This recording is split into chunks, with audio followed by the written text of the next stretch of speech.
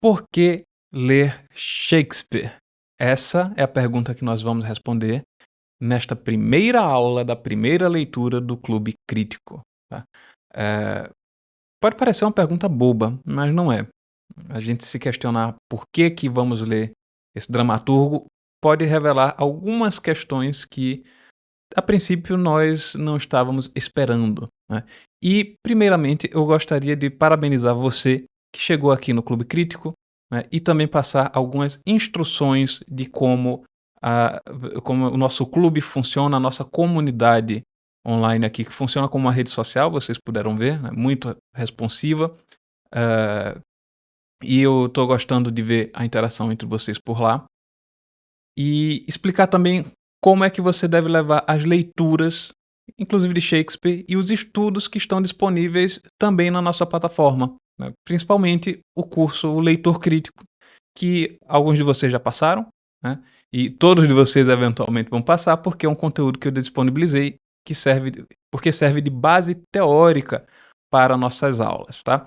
Então, são horas e horas de aulas lá no Leitor Crítico. Eu espero que vocês vejam toda semana um pouquinho, né, para poder ir se adiantando no debate, na discussão. Não se preocupem, porque vocês vão conseguir entender perfeitamente. As leituras do clube são complementares ali, vice-versa, né, ao que foi exposto no Leitor Crítico, que eventualmente eu vou lançar como livro também. Estou trabalhando nessa edição já faz alguns anos e prometo que vem coisa boa por aí. Mas, primeiro, né, esse clube surgiu não simplesmente como um clubinho para reunir pessoas, né, que vão se gabar por estarem lendo as obras, não. Existe um propósito que é justamente reunir pessoas interessadas em ler as melhores obras da literatura, as melhores das melhores, e compartilharmos essas experiências. E também, né, surgiu como a necessidade que eu tive de expandir esse conteúdo do leitor crítico. Então, daí que os dois nomes são bem parecidos. eh, e no último módulo do leitor crítico, vocês vão lembrar que eu fiz algumas análises e aí depois eu terminei acrescentando material extra também nas últimas turmas de análises literárias e terminou que os alunos gostavam muito disso, né. É realmente a parte mais prática, então a parte mais gostosa que a gente tem é de realmente pegar as obras e ler. E claro que a gente não pode fazer isso sem a bagagem teórica, né, sem leitura, e lá no leitor crítico eu terminei fazendo isso, de condensar, compilei. O formato de aulas, inclusive, é mais sucinto, né, vocês podem ver que são aulas de 20, 30 minutos, com uma espécie de, vamos dizer assim, pílula, de crítica, teoria, estética, o mínimo que você precisa saber da teoria literária, de filosofia, para compreender em profundidade uma obra literária. Aquilo ali é o mínimo. Então agora nós vamos ao máximo, né, que é justamente fazer a leitura de integral, inclusive, de algumas obras, tá. Quando eu digo leitura integral é que nós vamos ler o livro de capa a capa.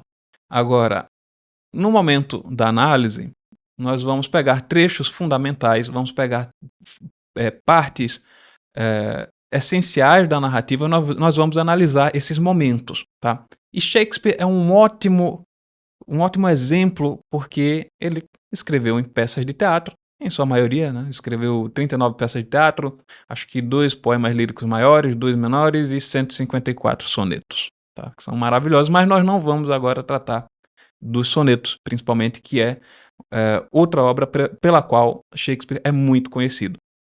Nós vamos tratar em específico de 4 peças, tá? As 4 principais peças de Shakespeare que foram escritas na maturidade e que são consideradas pela crítica literária, né, em geral, como as melhores peças, tá? Então são elas, e aqui você deve ter visto no tema, né, do curso, são elas Hamlet, Otelo, Rei Lear e Macbeth, tá? Por que não fazer uma leitura cronológica de Shakespeare?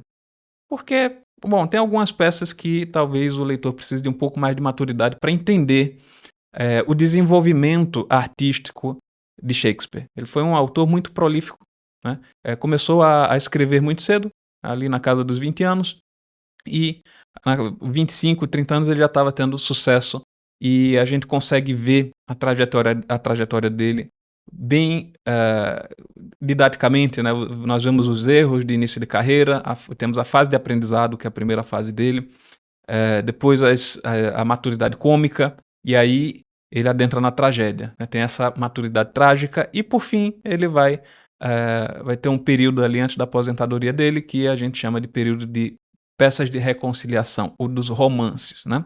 A gente vai se debruçar um pouco mais nisso nas próximas aulas. E romance não o gênero literário, né? Romance, nem mesmo o tipo de história, né? Que eu chamo de subgênero, que seria histórias de amor. Não se trata disso. Nós vamos falar desses aspectos nas próximas aulas. Mas, por hora, eu preciso também, nessa primeira aula, falar da nossa ementa, né? Nós vamos ter essa aula sobre por que ler Shakespeare. Depois nós temos o tempo e contexto histórico. Vamos falar da ontologia trágica, né, a ontologia da tragédia e a forma trágica. E nos últimos blocos, aqui, esse curso pode ser dividido em duas partes, né? A teórica, que é essa primeira parte, e a segunda, que é prática, de análise. Nós vamos ter a leitura das peças já citadas, tá bom? E aqui a gente já vê de cara algumas abordagens que nós tratamos lá no Leitor Crítico, dentre elas a história, né, a historiografia da literatura.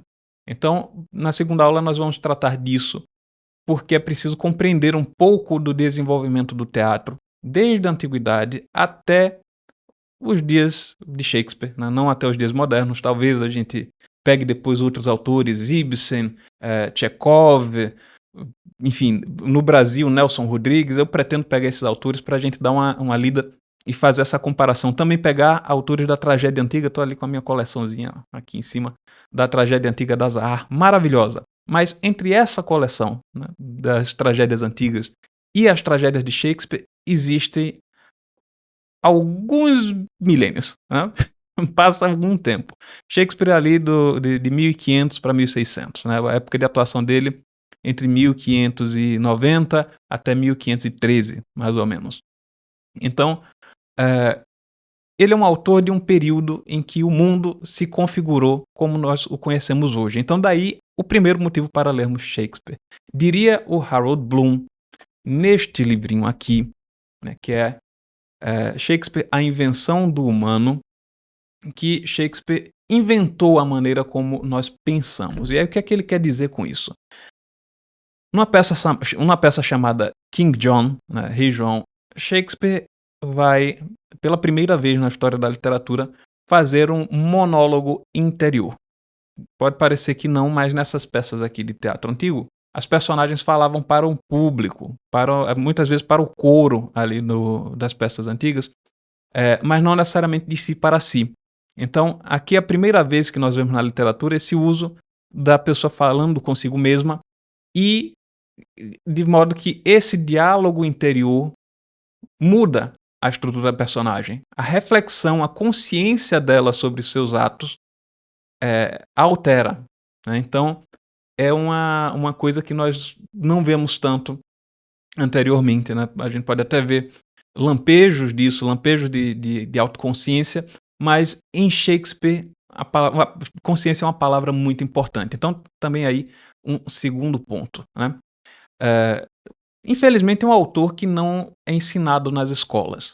Eu vou entrar aqui num pequeno ponto, que é o seguinte: eu tive uma boa professora que me apresentou isso, acho que no primeiro ano do ensino médio. Eu li Shakespeare e me apaixonei. A minha história com Shakespeare começa bem novinho ali, acho que uns 14 anos. E eu me lembro que eu li naquelas edições da LPM, e aqui a gente ainda vai falar das traduções, da LPM Pocket, traduzidas pelo Milor Fernandes. E foi um deleite maravilhoso. Foi o primeiro contato que eu acho que eu tive com um salto de consciência que o Shakespeare favorece. Então, existe esse problema hoje em dia no Brasil, e se você está aqui, você passou por isso, você já ouviu muitos mitos, muitas mentiras literárias de que, por exemplo, jovens têm que ler o que eles gostam, né? Tem que ler gibi. Não deve se ensinar Machado de Assis nas escolas. Isso é balela, isso é coisa de gente ignorante que nunca leu um livro que preste. porque aqui no clube nós vamos ler as obras que te puxam para cima, né, como dizia o Mortimer Adler. Só vale a pena ler obras que te puxem para cima, que elevem teu nível de consciência. E por não ser ensinado Shakespeare, infelizmente nas nossas escolas, não é ensinado um monte de coisa. As pessoas acham que o problema é simplesmente ensino de matemática, de língua portuguesa e tchau. O que você precisa para ser um trabalhador braçal ali. É, enfim, né, porque o modelo de educação foi feito para isso, né, escola prussiana, para você ir para o exército ou para a linha de frente numa fábrica. Eh, linha de produção, perdão. Eh, mas as pessoas acham que a educação se restringe a isso, né, mas literatura é uma parte sine qua non da alta educação, da alta cultura. Porque traz as pessoas para esse patamar elevado, mais elevado. É um degrauzinho, de degrauzinho em degrauzinho você vai aumentando seu nível de consciência com relação tanto a seus problemas da sua vida, quanto a problemas da existência como um todo. Você se deparar com tipos diferentes e já tratamos de muita coisa, nesse tom, né, de leitura imaginativa ou literatura imaginativa nas primeiras aulas do leitor crítico, né? Eu falo da pedagogia da arte e esses são aspectos acessórios. Nós vamos ler pela beleza, mas a beleza das obras de arte requer certa profundidade dramática, né? Das obras de arte representativas, que aqui a gente está falando do teatro, né, requer essa profundidade dramática da representação, essa dimensão humana profunda e por vezes misteriosa, que nós não entendemos de primeira. Pode acontecer muitas vezes você ler Shakespeare, não entender completamente, mas você fica maravilhado, né, maravilhado e abismado ao mesmo tempo, que são aqueles 2 sentimentos, na verdade, se nós formos voltar para Aristóteles, que são a compaixão, perdão, e pavor. Então você fica com compaixão daquelas criaturas e você ao mesmo tempo fica apavorado por aquele destino, inclusive sabendo que talvez você fosse incorrer eh, no mesmo erro ou em erros piores. Mas justamente por faltar no Brasil desse estudo, né, e aqui não é somente a leitura, é estudo das obras de arte, você saber apreciar, você saber o que é bom, o que é ruim, inclusive pode parecer, pode parecer algo surpreendente para os brasileiros, é porque, convenhamos, quando eu falo algumas coisas online, né, fora daqui, né, quando eu vou falar para o YouTube, por exemplo, acontece de muitas vezes uma opinião que não seria uma opinião nem um pouco polêmica num grupo de estudiosos, ou seja, de pessoas sérias que estão lendo um assunto e que se deparam com várias, fontes das mais diversas, com as informações mais diversas que você pode imaginar, não causa nenhum espanto dizer, por exemplo, que Shakespeare tem algumas peças ruins. Nós não vamos focar nelas.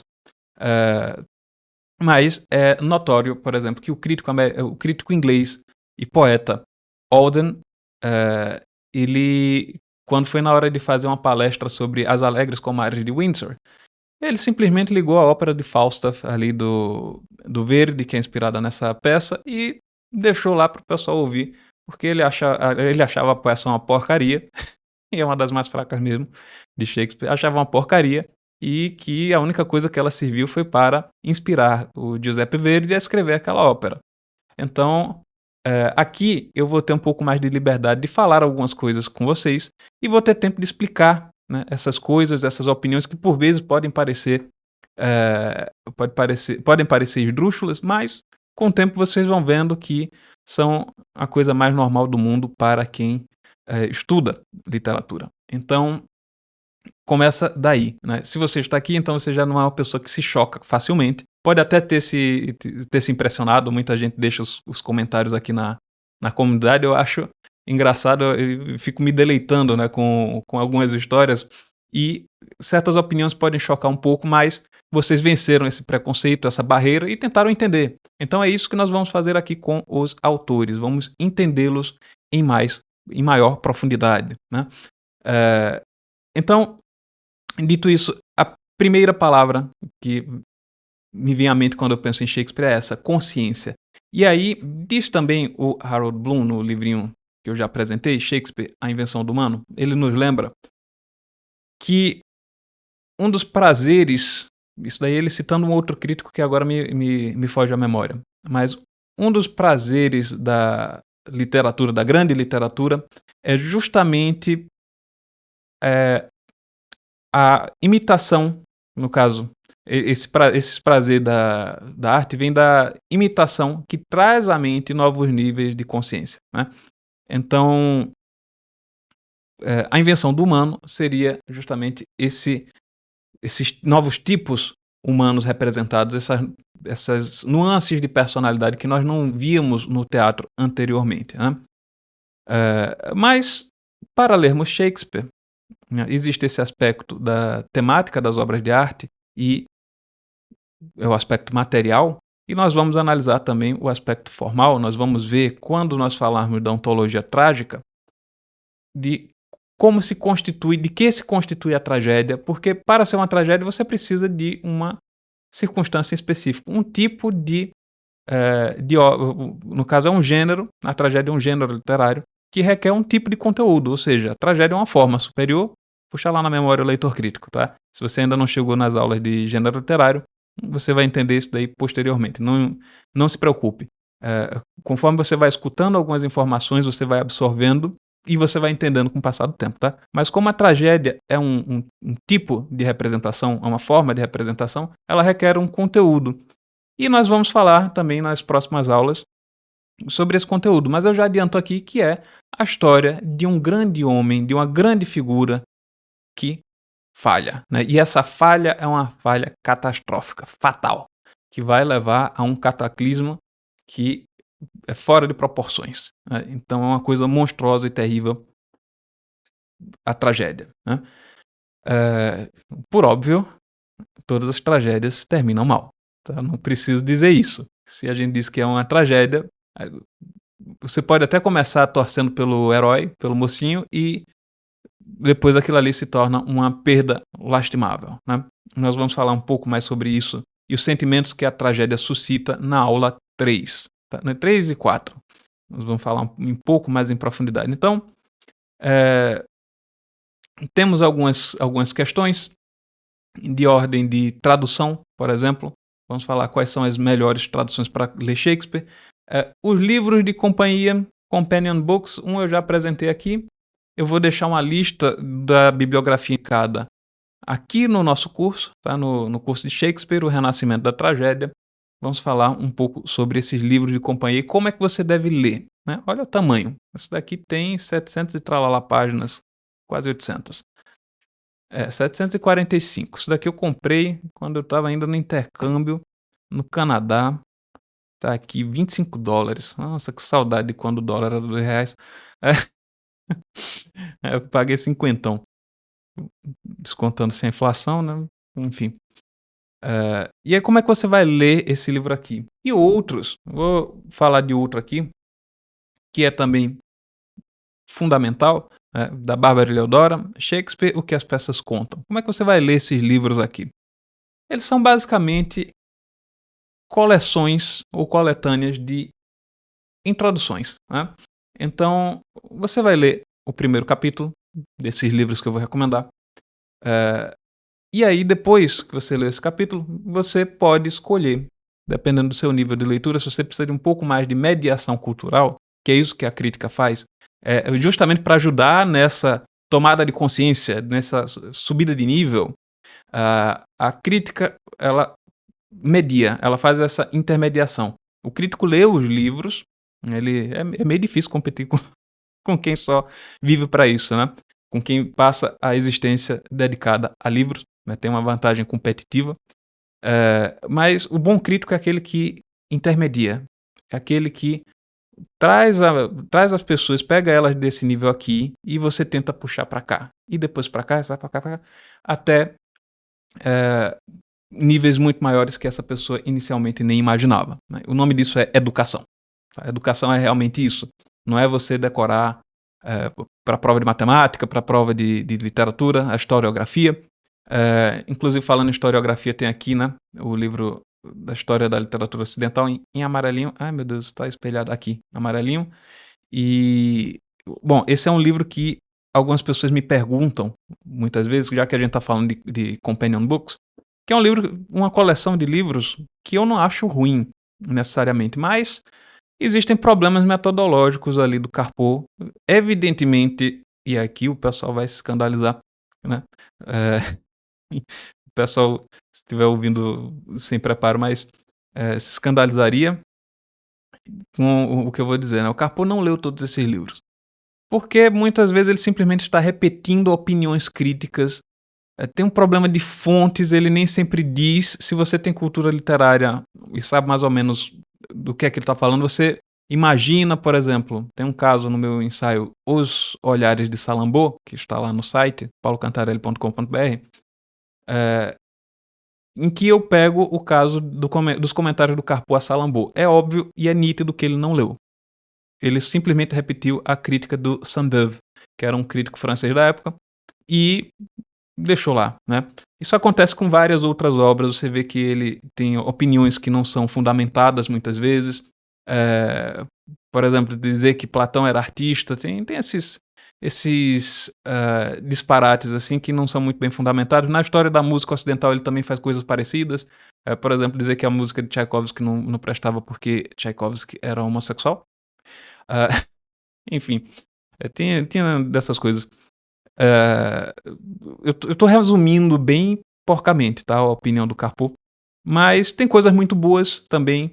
Faltou dos editores brasileiros, inclusive, uma revisão metodológica e bibliográfica, né, porque, por exemplo, sobre Shakespeare nós temos, hoje em dia, mais informações do que o nosso enciclopédico, o Otto Maria Carpo, eh, poderia ter acesso, né. Nós temos muito mais pesquisas desenvolvidas e é um livro um pouco atrasado muito por causa disso. Eu não acho que fizeram reedições, né, no sentido de que um livro dessa magnitude deveria ter, né, de correções, de notas, enfim, fontes acrescentadas. Eu acho que não fizeram isso, né, ao menos nessa edição do Senado que eu tenho ali atrás, não tem.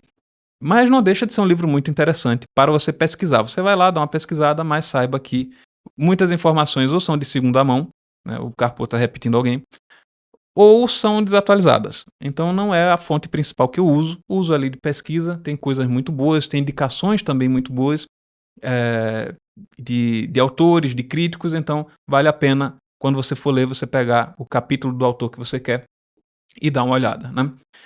Mesma coisa aqui, você vai ler a peça, você quer se familiarizar ou quer entender melhor depois, você pega e lê. Jamais vou recomendar você ler um calhamaço desse daqui inteiro, sem propósito. Por quê? Porque a história da literatura, tá, não é simplesmente um catálogo feito uma lista telefônica, né, como muita gente usa ali o livro do Carpo, né, uma lista telefônica de obras, né, uma mera lista de nomes e obras que não interessam, interessa você decorar o nome e as obras, que é o que o ensino de literatura é em língua portuguesa, né, no Brasil, infelizmente. Então não adianta nada você decorar. A história da literatura que nós vamos tratar aqui nesse clube é a história das obras vivas, das leituras, então de nada adianta você me ouvir, de nada adianta você ler esses livrinhos aqui, né, da Bárbara Eleodora, do Harold Bloom, você pode rasgar se você não ler as obras. Se você não tiver experiência em primeira mão, de nada adianta. Aí é fofoca. História da literatura, em geral, é fofoca. Por isso que eu, na próxima aula, né, vou falar da história da literatura por um viés que é realmente útil, que nos é muito útil. A Bárbara Eleodora também faz isso aqui, contextualiza o leitor, né, fala de como é que era o teatro, porque são elementos, eh, são fatos intelectuais que são relevantes para a compreensão da obra. Então, eu geralmente costumo não desprezar a crítica historiográfica, né, ou histórica, mas eu costumo deixar um segundo plano de papel acessório. Nós estudamos os tipos de crítica lá no Leitor Crítico e só relembrando aqui para vocês, nós temos essa crítica histórica, que o crítico vai se debruçar sobre a biografia do autor, vai tentar ver como é que muitas vezes como esses fatos são relevantes para a construção da obra. E, bom, esse daqui é o bom uso, né? O mau uso seria simplesmente aquele pessoal que é tarado por datas e títulos e não liga muito para a qualidade estética. Nós temos a crítica, isso daqui em termos gerais, tá, impressionista, que seria aquela crítica que o Oscar Wilde vai descrever como uma obra literária que não tem mais nada a ver com a obra original, né, que seria aquelas impressões subjetivas do leitor quando entra em contato com a obra. E aí, realmente, Oscar Wilde tem razão que a crítica eh, impressionista geralmente fala mais sobre o crítico, sobre a pessoa que está apreciando a obra, do que sobre a obra em si. E nós temos a crítica aqui formal, né, que pega o objeto, a crítica artística de fato, que pega a obra de arte e a analisa, né.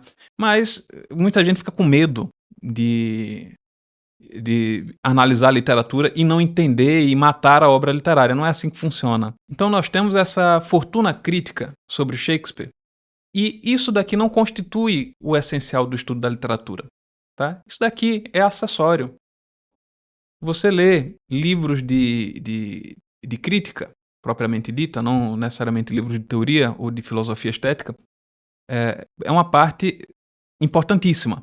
Então, para nós adentrarmos nessa crítica formal, é preciso que você tenha lido algumas coisas, você tenha frequentado ali o leitor crítico e observe, mais importante, os procedimentos que nós vamos utilizar aqui, tá? O comportamento diante do texto, você lê o autor. Você jamais pode fazer isso. Isso é uma coisa tão pueril de dizer que um autor é bom simplesmente porque fulano ou cicrano diz que é bom. O argumento de autoridade. As pessoas não sabem muito distinguir o argumento de uma autoridade de um argumento de autoridade, né? Eh, Você leva em consideração, por exemplo, você leva em consideração a opinião de Bárbara Heliodora porque ela eh, levou a vida dela inteira estudando Shakespeare, estudando e traduzindo. Vamos falar da tradução dela mais adiante. Estudando e traduzindo. Ou seja, ela tem muito mais autoridade moral do que eu para falar, e intelectual, para falar de Shakespeare, né. Eh, e e aqui, né, a gente entra em alguns problemas da teoria do conhecimento. Não vou não vou desviar do foco aqui, mas, nós levamos em conta a opinião dos críticos enquanto nós não temos uma opinião de primeira mão, né. Depois a gente pode inclusive absorver essas opiniões aqui, que são fatos na maioria das vezes, quando é um estudioso sério, não está falando de uma simples visão ali projetada, né, numa simples interpretação baseada no eu, mas em fatos, né, de fatos históricos, como a Bárbara Heliodora vai dar, de ter uma certa dialética entre a obra, o período em que a obra foi escrita, o período em que ela está sendo lida. Então existem vários conceitos bastante complexos em se tratando de teoria e crítica literária, mas não nos interessa aqui. Nos interessa a abordagem formal, que é feita a partir dessa leitura inicial. E aqui eu vou fornecer a vocês nas próximas aulas, sobretudo na aula 3 e 4, eu vou fornecer a vocês o arcabouço intelectual que vocês precisam para interpretar com maior profundidade as obras de Shakespeare, né. Já dizia o Oscar Wilde: toda obra de arte é superfície e símbolo. Aqueles que vão além da superfície, né, que submergem, além da superfície, o fazem por sua própria conta e risco, né. Então, você tem que saber o que está fazendo para interpretar a literatura. Não é algo difícil, não é nem um pouco difícil, é porque isso deveria realmente ter sido ensinado na escola, ninguém ensinou. É como você lê um texto de ficção.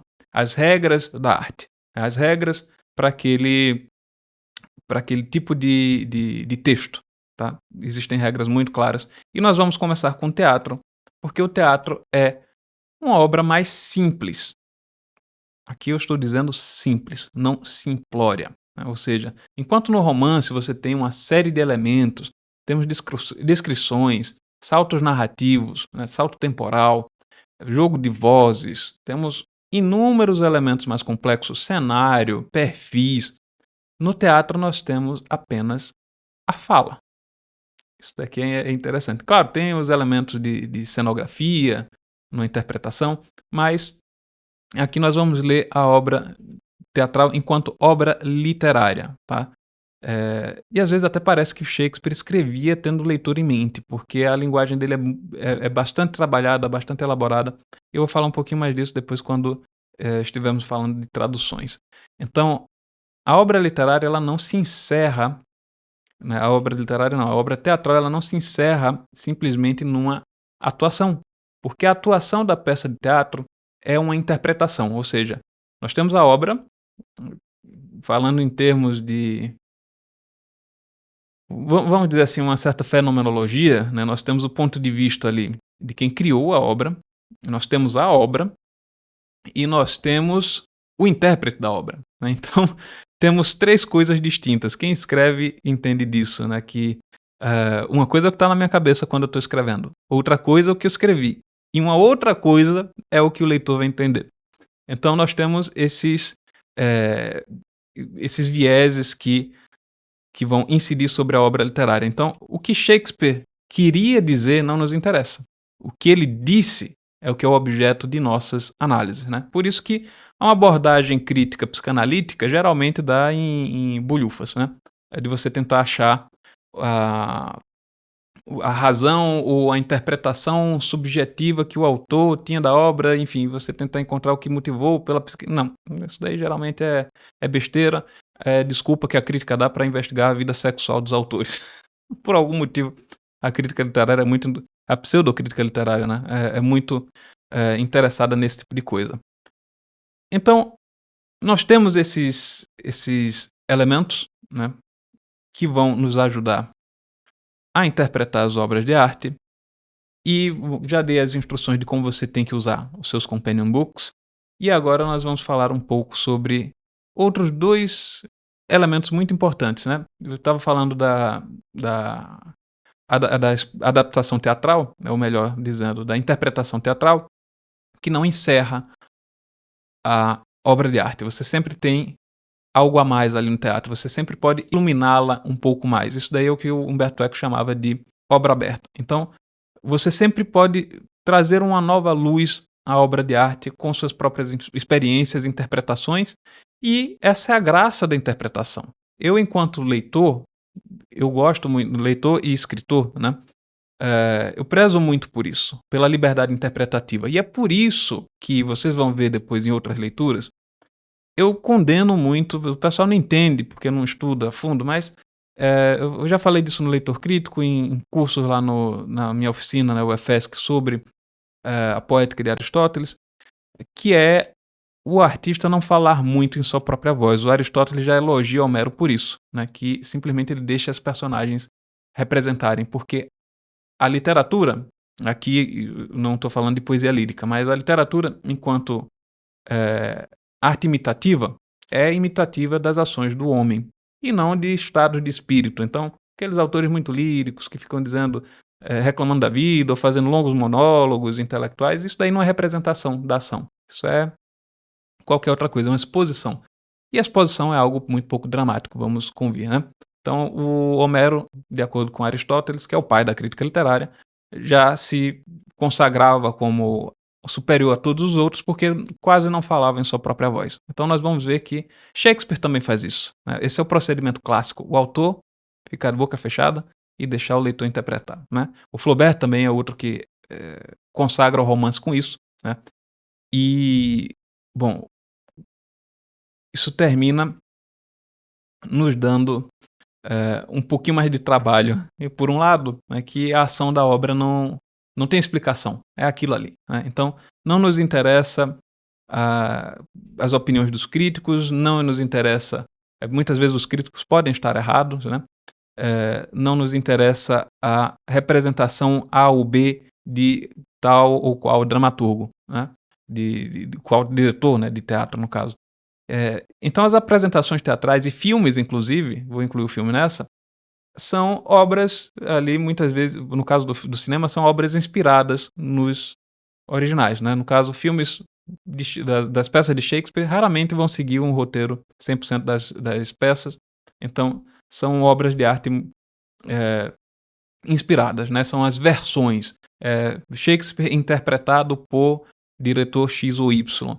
E essas adaptações podem ser muito saudáveis, podem ser muito, interessantes de se ver para esclarecer. Às vezes você leu a primeira vez uma obra, eu sugiro que o primeiro contato com Shakespeare seja mesmo o texto, e aí depois você veja os filmes. Eu vou deixar lá na comunidade, no espaço de cinema, algumas indicações filmográficas muito interessantes. Nós temos algumas das mais famosas, né, do Kenneth Branagh, o Hamlet de 1996, tem com o Lawrence Fishburne, Otelo, 95.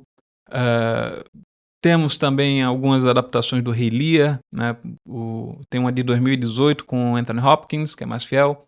Temos o Ran, do Akira Kurosawa, que é uma adaptação para o Japão, maravilhosa do Rei Lear. E temos Macbeth também, temos do Polanski, eu indico bastante. Existem outras versões também, vou deixar por lá.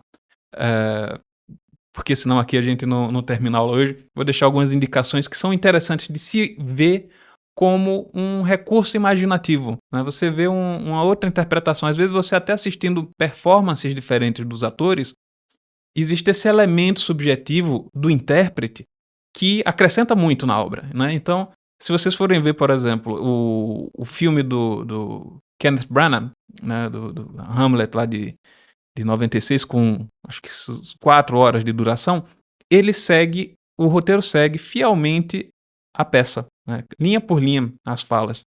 Então eles falam num ritmo muito rápido, que era o ritmo da peça no teatro, porque é uma obra, eh, Hamlet é a peça mais extensa de Shakespeare. Então uma obra que dura 4 horas, você tem que ler rápido. E os atores fazem isso, talvez por uma escolha da direção, assim, eu não faria isso. O Shakespeare você pode simplesmente interpretar numa sala com palco, cortina e uma mesa e cadeira.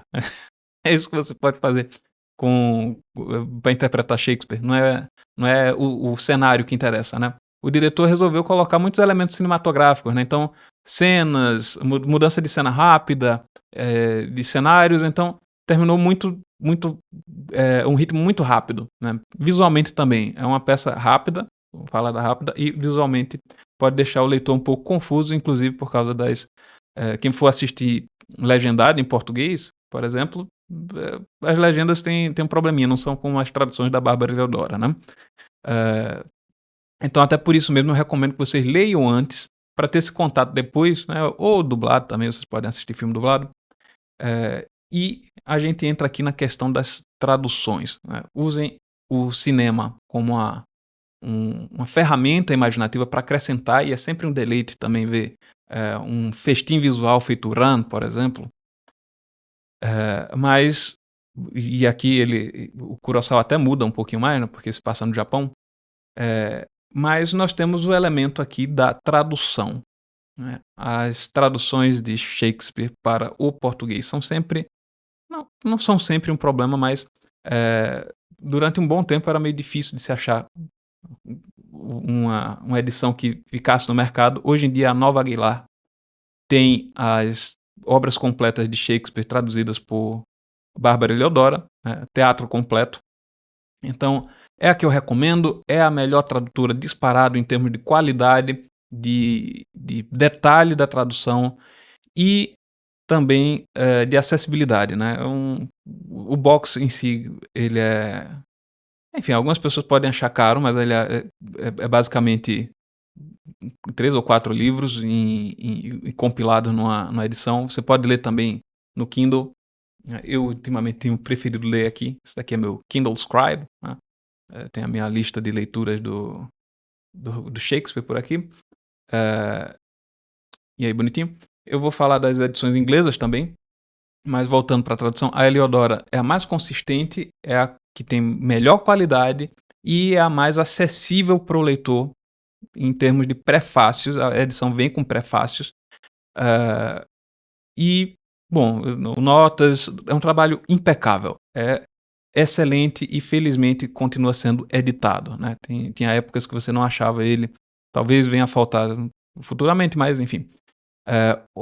Acho que só ela e o Carlos Alberto Nunes traduziram a obra completa do Shakespeare. E aí nós temos o segundo nome, Carlos Alberto Nunes, que quem me conhece lá dos podcasts vai lembrar que eu não gosto muito desse senhor, né. Como tradutor, ele era excelente médico, cardiologista inclusive, maravilhoso.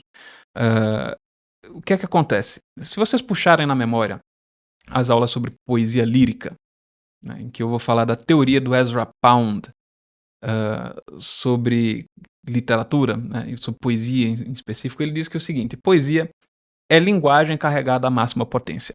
Então, a poesia lírica é expressiva. A poesia dramática, que é o teatro, inicialmente, é representativa, né. Literatura de romance, de ficção, no caso, a literatura de ficção é representativa também, tá. É igual ao teatro nesse aspecto, eles são mais próximos do que da poesia lírica. Embora possa haver elementos líricos em cada um desses gêneros, o que não desqualifica como romance ou como peça teatral. Shakespeare tem acho que Ricardo II, se não me engano, que é praticamente um longo poema, um poema em teatro, né, não desqualifica como peça de teatro. Isso é muito lírico. O Shakespeare é muito lírico, muito expressivo, mas ele mantém a representação em primeiro lugar. Então, existem 3 maneiras, segundo o Ezra Pound, 3 maneiras pelas quais o poeta é capaz de carregar a linguagem de significado. Seriam elas, né, a fanope não vou fazer assim não, porque senão vai um dedo que não deveria. Pronto. São elas: a fanopeia, que é a criação de imagens; a melopeia, que é a criação de sons, né, que inclusive é a mesma palavra que o Aristóteles usa na poética, melopeia, o aspecto sonoro; e a logopeia, que seria a lógica intrínseca da obra literária, né, o que une os elementos e que dá uma ordem lógica, né, seria uma ordem intelectual. É um pouco mais abstrato isso, mas vocês vão entender com o passar do tempo, se não entenderem agora com as explicações.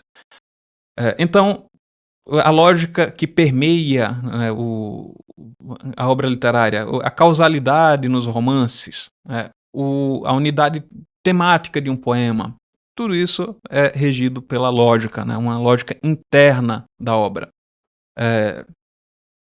Isso não quer dizer que enfim, a logopeia seja inferior ou superior aos outros aspectos. Ela rege, né, nesse sentido. Eh, São relações dialéticas aqui. Quando a gente fala nesses termos, né, é mais importante a imagem, é mais importante o som. Se você fizer isso, você vai cair em desequilíbrio, né. É mais importante as ideias, o conteúdo. A melopeia também rege isso, né. Você vai cair em desequilíbrio. É preciso analisar esses aspectos harmonicamente. Na arte, nós precisamos de proporção e harmonia, né. E aí diria Aristóteles que para ter beleza você tem que ter grandeza também. Então, por isso, uma mulher pequena jamais seria bela. Palavra do Aristóteles. Eu não tenho nada contra as baixinhas, né. Eh, mas você precisa de ter essa relação dialética. E aí, quando você tem uma tradução, agora voltando para o Carlos Alberto Nunes, quando você tem uma tradução, em geral, o que vai para o saco é a melopeia. Esqueça, né. O som dos poemas de Baudelaire em francês. Tem uma edição da, acho que é a editora 34, esqueci agora o nome do tradutor, que é maravilhosa, é inclusive muito sonora, por uma coincidência cósmica, um alinhamento, assim, de astros. Passou o cometa Harley no dia que estava tendo um eclipse total dos planetas totalmente alinhados ali com o Sol. Eh, Nós temos uma tradução que é muito sonora, inclusive, né. Então é um problema, né, o som das línguas é diferente.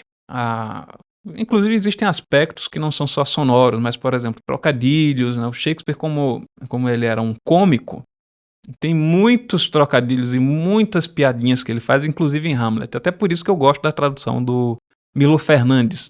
Milo Fernandes traz uma ironia, ele às vezes simplifica um pouquinho o texto quando ele chega num trecho muito lírico, mais rebuscado, ele dá uma cortada, mas tudo bem, ele mantém a alma da peça, né. Não existe tradução fiel 100%, existe tradução fiel à experiência estética da obra, à intenção do artista. Então, quando nós associamos demais as artes narrativas, né, no caso, a qualidade principal das obras de literatura representativa ao som, nós matamos o que tem de mais interessante. Por exemplo, a construção do enredo, como é que se dá o encadeamento causal, tá, entre as ações, a ação que leva essa é aquela ação. A construção de cenas, de cenário, a psicologia, os monólogos, inclusive o conteúdo dos monólogos. Depois eu que sou formalista, né? Eh, Tudo isso você ignora para dizer que o que é mais importante é o som. Absurdo, né? Mesmo nas poesias, você pega uma boa tradução de um poema lírico, ele vai tentar traduzir, e aí ele consegue muitas vezes salvar a fanopeia e a melopeia, né? O que é que acontece com Carlos Alberto Nunes? Ele, tanto em Shakespeare, quanto na Ilíada, quanto na Odisseia, quanto na Eneida, apesar do feito, né, do esforço, eh, é aquela coisa, se fosse por esforço, o burro já era milionário, né, que tá carregando carroça todo dia se esforçando. Nos lembra Albalá que escrever bem, e aí eu diria que qualquer coisa que você vai fazer bem é economizar esforços, né, com coisas inúteis. Então ele tenta traduzir ali, tenta não, ele traduz, eh, Shakespeare em decassílabos heróicos, né. Então é uma coisa que não faz muito sentido se você pegar Shakespeare escrevia em versos, muitas vezes versos brancos, né, eh, porque tinha uma certa métrica que era importante para os atores decorarem, tá. E é aqui entra a importância de você saber o contexto histórico. Para decorar, ele escrevia sonoramente. Acho que a tradução mais poética nesse sentido de parecer um poema em verso, seria a tradução do Hamlet aqui, que é feita pela mãe da Bárbara Eleodora, que era poetisa. E a Bárbara Eleodora encomendou essa tradução dela, né, nas obras completas. E aí é muito bem feito. A mulher escreve muito bem ali a tradução, adapta muito bem algumas coisas, e você tem essa cadência rítmica maravilhosa, que felizmente conseguiu ser replicada, né. E aí tem um pessoal chato que diz assim: "Ah, mas não tá 100% igual". É, porque traduzir é interpretar, meu amigo. Você vai ter que interpretar alguma coisa. E aí voltando, né, na tradução do Carlos Alberto Nunes, ele privilegia sempre o aspecto mais superficial, né. Seja no diálogo, inclusive nos diálogos de Platão, os diálogos dele ele na hora que é pra escolher o conteúdo, o cara vai pra forma, né, para o formalismo. Então é complicado. Eh, Diálogo de Platão, né, o mais interessante é o conteúdo e não simplesmente a beleza que Platão escreveu os seus diálogos, desculpa, eu acho que até o próprio Platão concordaria com isso. E na Ilíada, na Odisseia, também o Carlos Alberto Nunes faz a lambança, né, de querer adaptar o som dos versos em latim e em grego, na Eneida, na Ilíada e na Odisseia, né.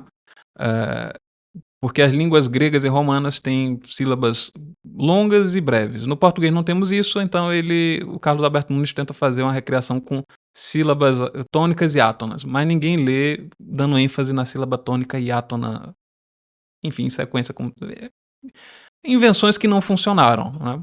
Pode ser que na cabeça dele fosse grande coisa, então por isso que eu não gosto, né, eu não recomendo. Você vai achar uma tradução arcaísta, né, eh, que vai ser complicado de ler. Shakespeare não era um autor complicado. Hoje em dia, pra gente, né, pode até você pega em inglês, vai soar estranho porque tem uma distância de 500 anos.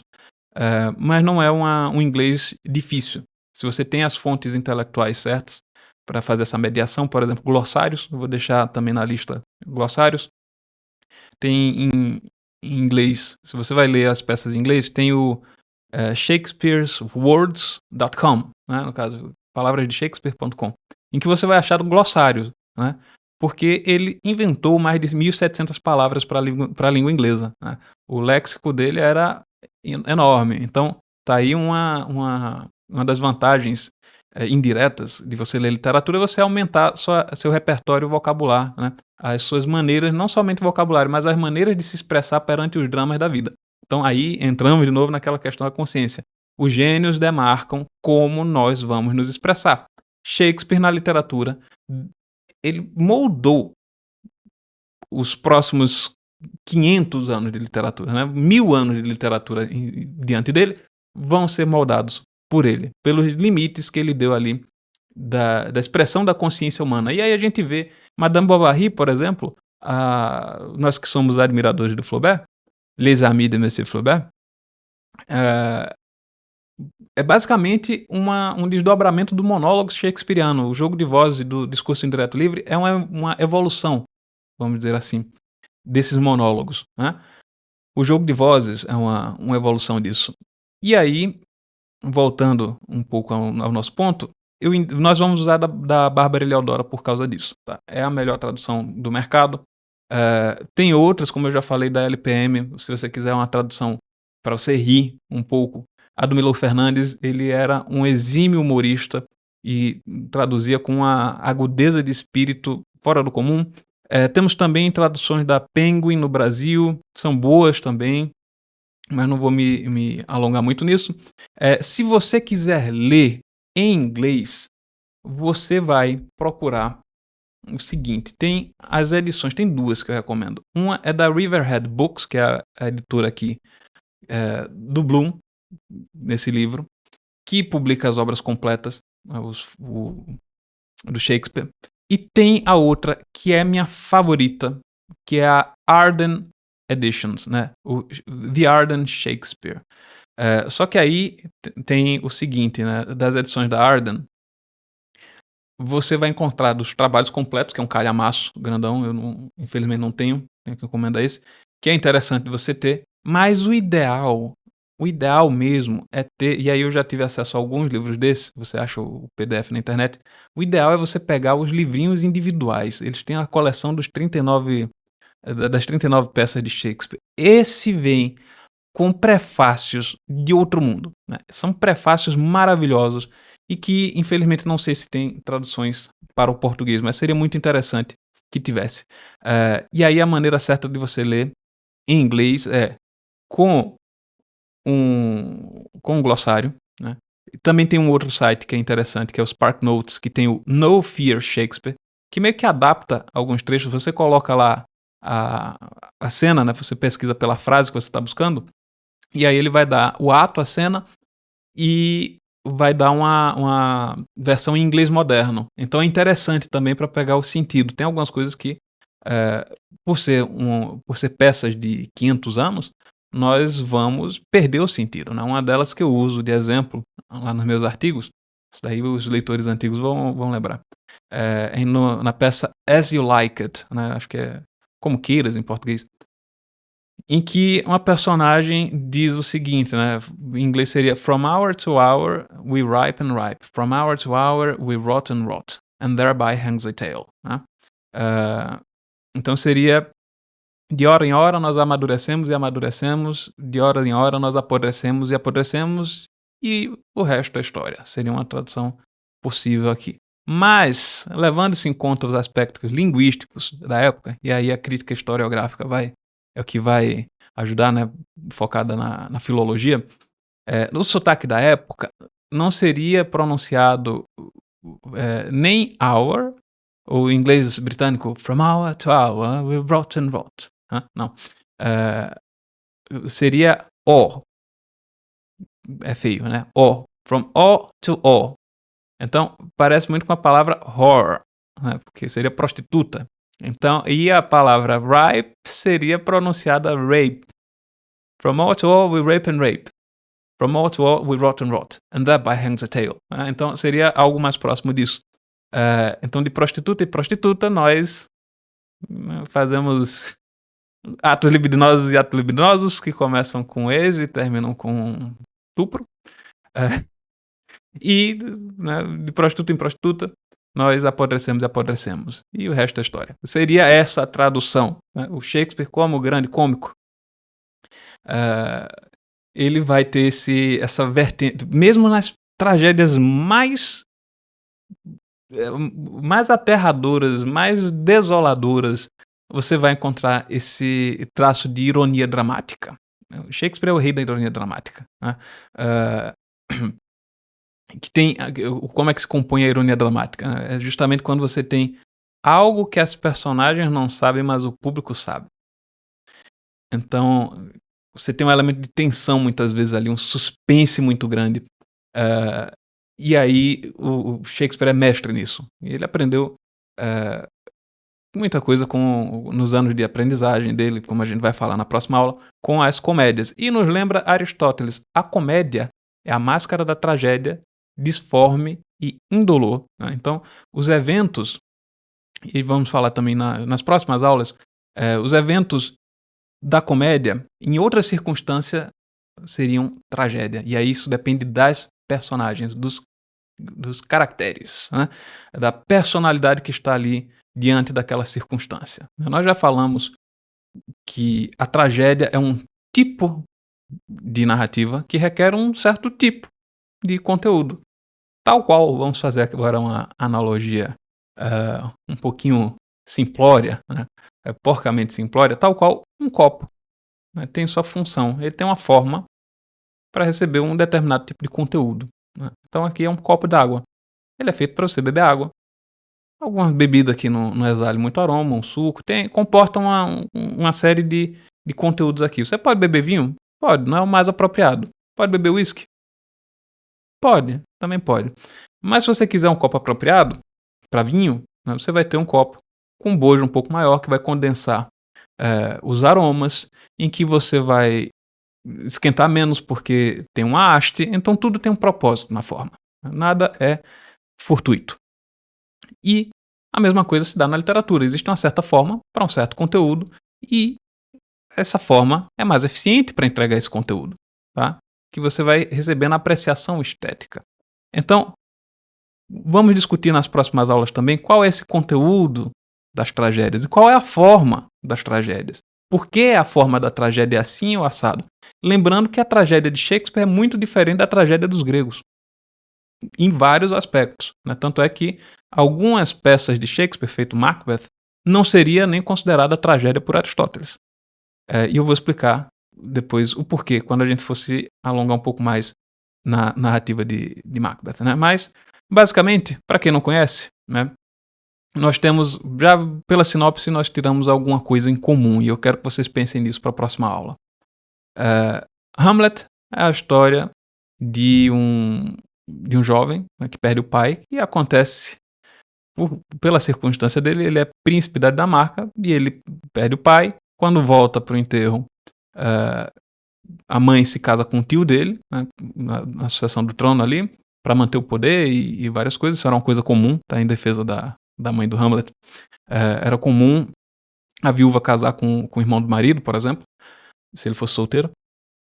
E ele se encontra nessa situação quando eis que surge o fantasma do pai, né, do pai dele, vem direto do purgatório, né, e conta a ele que foi o próprio irmão que o assassinou, né. E aí Hamlet fica com esse dilema de vingar o pai, né. Ele passa a peça inteira hesitante, não por uma indecisão, mas por vários aspectos. Seria simplificar demais dizer que o Hamlet era indeciso, não é. Mas ele demora demais a tomar uma certa decisão que ele sabe que precisa tomar, e daí decorrem eventos catastróficos, né. Temos depois o Otelo, que era um grande general de Veneza, que no início da peça nós vemos casar em segredo com a esposa, né. Ele rouba a filha de um pai, e aí depois Iago, que é o alferes dele, vai fazer a cabeça do seu patrão, né, do Otelo, para que ele acredite que a esposa o está traindo, né. Então tem esse elemento também dela ter enganado o próprio pai, e ele fica achando que ela enganou ele, né. E ele acredita cegamente. Ele vai em busca de justiça. As pessoas acham que Otelo é uma peça de ciúmes. Não é sobre justiça. E eu vou provar isso para vocês. Depois nós temos Rei Lear, que era um rei que está velho, resolve repartir o seu reino em 3, né, com as filhas, e resolve também retribuir as porções do seu reino conforme o amor de suas filhas. Ele tenta forçar, ele é meio tirânico nisso, tenta forçar respeito e amor das suas filhas. E aí nisso termina recompensando as mais hipócritas, e a única que prestava, ele comete uma grande injustiça, né? E depois, por último, temos Macbeth, que é um sujeito valoroso, um guerreiro bravo, que tem uma promessa de futuro, vamos dizer assim, e resolve, né, adiantar esse futuro matando o rei, porque foi prometido a ele pelas bruxas lá do início da peça. Ser rei foi profetizado, e ele resolve adiantar esse destino matando, né, coisa banal.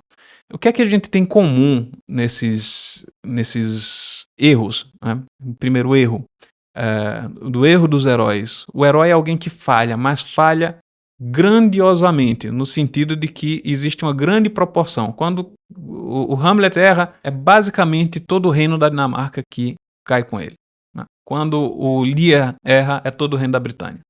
Quando o Otelo erra, ele leva consigo várias pessoas. Ele é um grande general e muita gente estava dependendo dele ali, né? Macbeth também, né? Rei da Escócia. Então, temos esse aspecto da grandeza, temos esse elemento. Temos também alguns traços de personalidade. Essas personagens são cegas para os próprios erros, né? Eles não veem, tem algo que faz com que elas não vejam o que para nós às vezes é muito óbvio, né, que é a causa da queda deles, né? Esse erro, esse erro fatal é o que se chama na tragédia antiga de amártia, né? Ou melhor, amartia, né, que seria a pronúncia mais correta.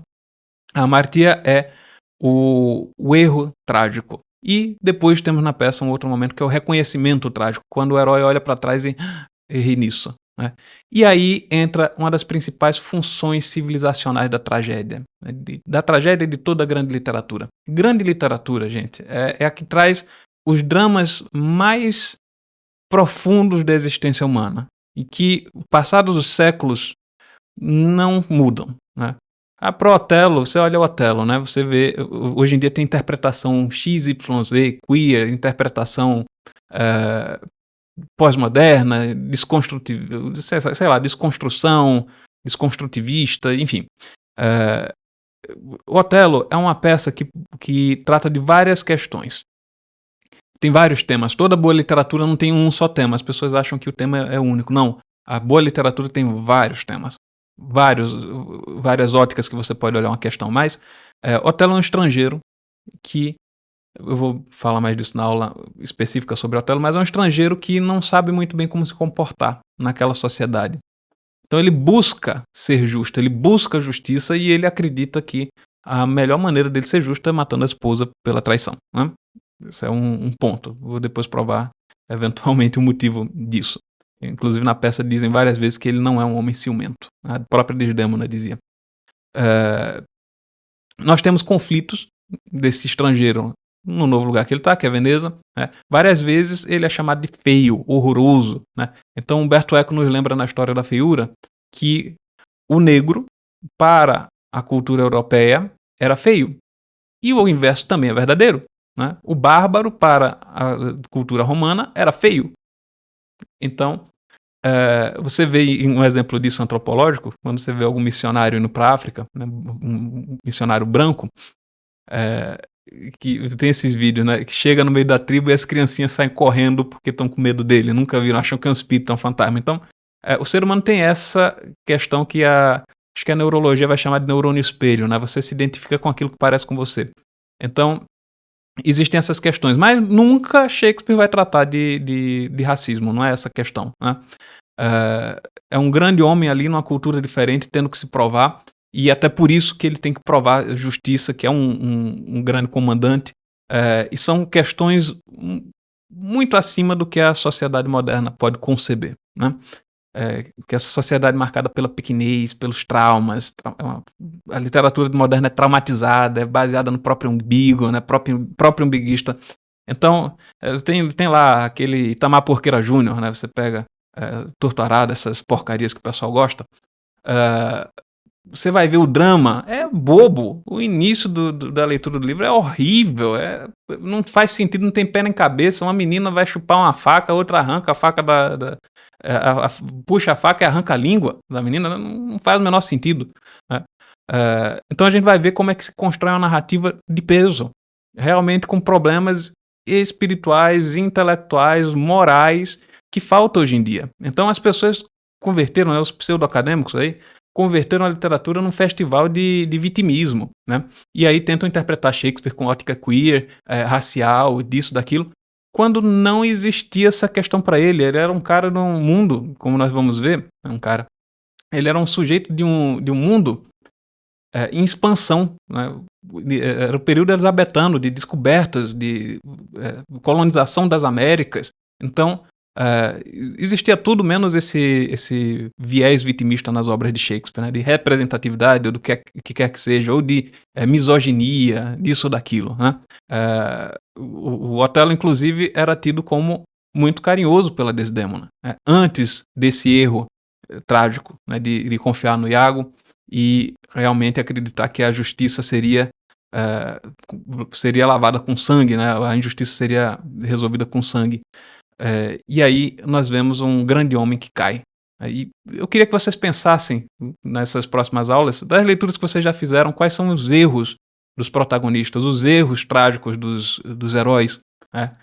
No caso, eu prefiro usar protagonista, até do que herói, mas as pessoas perderam um pouco dessa dimensão, né, de olhar para o outro e ver assim: "Poxa, mas o que eles não poderiam ter sido se não tivessem caído nesse erro", né. E a literatura faz isso mesmo, faz olhar para o outro não com pena porque: "Ai, coitadinho, é que nem eu". Não, a literatura de verdade faz você ter pavor daquela circunstância, porque você sabe que você não conseguiria evitar, né, você sabe que você não é melhor que aquilo ali. E quando você está vendo alguém infinitamente mais qualificado.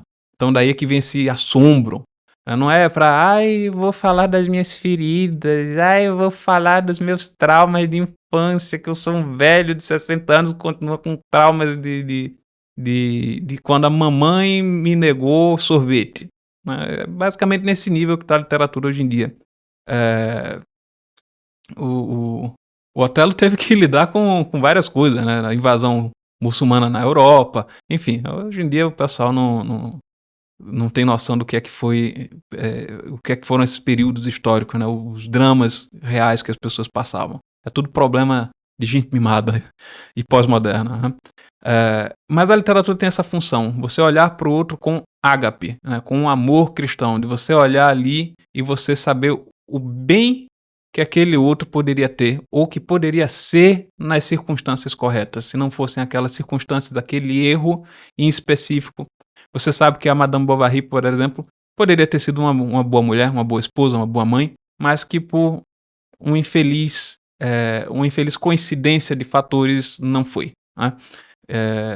E aí também entra, falei na Madame Bovary, as pessoas geralmente, os leitores menos experientes, tendem a não entender muito bem as obras e julgar com senso moral de uma maneira errada, né. Por exemplo, ninguém precisa repreender o Otelo, ninguém precisa de um sermão para saber que é errado assassinar o cônjuge. O que o Otelo fez é óbvio, mais do que óbvio que é errado, tanto é que ele paga com a própria vida. As consequências são extremamente dolorosas.